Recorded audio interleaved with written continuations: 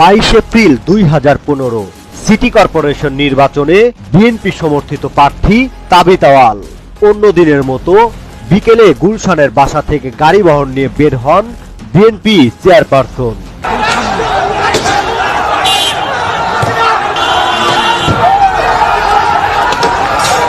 Bangla motor এলাকায় একদল ছাত্রলীগ ও যুবলীগের কর্মী লাঠিসোঁটা ও হকি স্টিক নিয়ে অতর্কিত হামলা চালায়।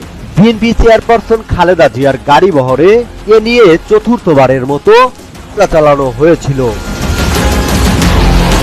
বাংলা মোটরে সেদিনের হামলায় ছাত্রলীগের কেন্দ্রীয় কয়েকজন নেতা সহ কর্মীরা অংশ নেন। খালেদা জিয়া বিকেল 4:45টার দিকে তার গুলশানের বাসা ফিরোজা থেকে বের হন।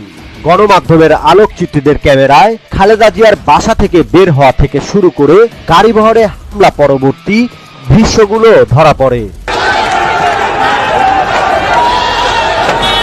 খালেদা জিয়ার গাড়ি বহর বিকেল 5:30টার দিকে বাংলা মোটর সিগন্যালে আটকা পড়ে।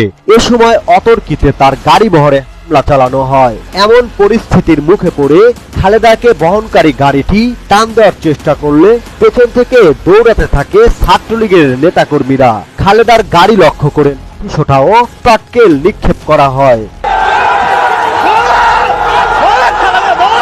খালেদা জিয়া গাড়িতে যে আসনে বসেছিল তার ঠিক পেছনের কাচটি ভেঙে যায়।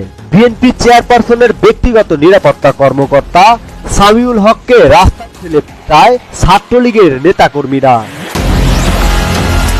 এই ঘটনায় ছাত্রলীগের কেন্দ্রীয় কমিটির নেতা মশিউর রহমান রুবেল ও মামুনুর রশিদ সহ নেতাকর্মীরা অংশ নেয়। খালেদা জিয়ার ব্যক্তিগত নিরাপত্তা কর্মকর্তা সামিউল হক আহত হন।